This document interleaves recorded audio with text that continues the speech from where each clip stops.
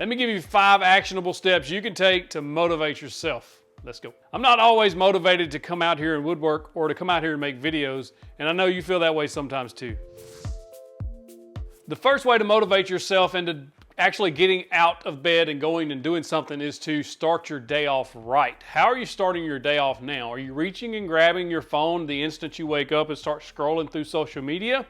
Stop doing that. You don't start looking at other people's lives before you start yours. For me, the first thing I do when I get out of bed, I brush my teeth, and then I come here and work out right here in this home gym that I have set up. For you, it may be going for a walk, 15 to 30 minutes. It may be just sitting quietly and drinking a cup of coffee. Maybe it's reading, maybe it's writing in a journal. Whatever you enjoy doing, that's what you need to start your day with, so you start it on a positive note. Just start by being still, being with you. My number 2 way of staying motivated is to celebrate your wins. Now, we all have failures, all of us, whether that be your project got messed up, whether you didn't get the promotion, the things aren't working out like you want them to or way you think they should work out. That's okay, because we all experience that. But you gotta celebrate when you win. Like when I get a piece of furniture that comes together just right, I dance about it. Like that was a legitimate celebration in the shop that was caught on camera. I just enjoy when things work out. They don't always work out, and it bums us out when things don't, especially when you have money invested in something. But celebrate those wins. When that project comes out, when it looks good, it's okay to pat yourself on the back and say, "Ha, that's awesome. I'm glad I made that. I'm glad I went through the struggle of figuring out how to make this project work." Celebrate that. Those little celebrations mean the world to yourself. Just be okay with celebrating. The number 3 action is, if you're going to win at something, you have to have a goal line. To have a goal line, you have to have goals, right? Set goals. And not just any goals. Set goals that interest you. What are you interested in? What do you want to accomplish? Not what your boss wants you to accomplish, not what your family wants you to accomplish. What do you want? So a lot of you know last year I wrote this on a whiteboard on video, that my goals for the channel, 200,000 subs by the end of the year. We hit that a month early. Thank you. 500K by the end of this year. That's a lot. We have 250,000 more to go. Make your goals public. Tell friends, tell family about your goals. Put them in the comments below what your goals are for yourself. That'll help keep you motivated, because you'll look at that goal and think, I got to get this done. It's extremely important. This has been proven time and again. Write it down. Literally, don't put it in a notes app on your phone, because you never open that. Literally go buy a whiteboard or buy a piece of paper and write your goals down on it and put it somewhere you're going to see it all the time. It's going to be a constant reminder that you have these goals. When you have really big goals, it's also very important that you have a support system, because a lot of us can't reach those goals without others. My wife is 110% behind my goals. I'm 110% behind her goals. So find an accountability partner, someone who is not afraid to call you on your bull and say, no, that's not the goal. You're doing the wrong things, or you're focused on the wrong things. She calls me out on mine, and I appreciate it. At the time, I'm like, get all sold up, but that's the way it should be. She should be able to say, hey, that wasn't your goal. What are you doing? Point me back in the right direction. If you don't have that, find a woodworking community. We have one on Facebook. I also started a Discord. I'll put the link in the description below. Just come join us there and find you an accountability partner that will hold you to your goal, and you can actually tell them your goals and they can tell you theirs, and y'all can work together. Proverbs 27:17 says, iron sharpens iron and one man sharpens another. So find you an accountability partner that's going to sharpen you, and you can sharpen them. When you set those big goals, because you want to dream big, set the dream goal and then set mini goals that's going to help you get there. How are you going to achieve being a full-time woodworker? How are you going to achieve owning your own business? Or how are you going to get that promotion at work? How are you going to get that college degree? Start thinking about what little steps you can take to get there. Write those down. Robert Collier says, success is a sum of efforts repeated day in and day out. Very similar to the old saying is, how do you eat an elephant? One bite at a time. You can't eat the whole elephant in one bite. I love this quote by Deacon Jones, and I'm going to read it because I don't want to mess it up. It says, it took me a long time to figure out that big time success comes from taking lots of small, ordinary steps in the right directions. And you can't ever take the next step until you take the first. So powerful.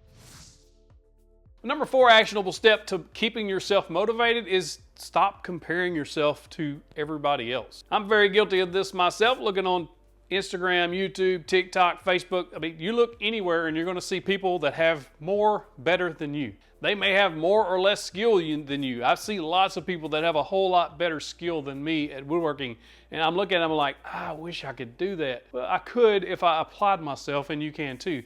They are not you, and you are not them. You have your own dream to live. You have your own road to take. They're on a totally different road than you. You're on I-55 going north, and they're on I-40 going west. It's just two totally different roads. You're going in different directions. Don't worry about what they're doing. I think that demotivates a lot of us because we see what they're doing. You're like, boy, I wish I had that, or I wish I could do that. And then you start feeling and thinking bad things about yourself and like, I'm not good enough. I can't do that.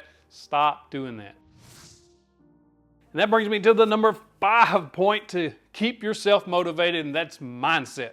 Mindset is such a powerful motivator that a lot of us actually don't even think about it, because if you're constantly telling yourself, I can't, I'm not good enough, I'm not worthy, really that's going to manifest itself. If you're telling yourself the opposite, that you are good enough, that you will get there, that you will get to that dream, then those things will start manifesting themselves too.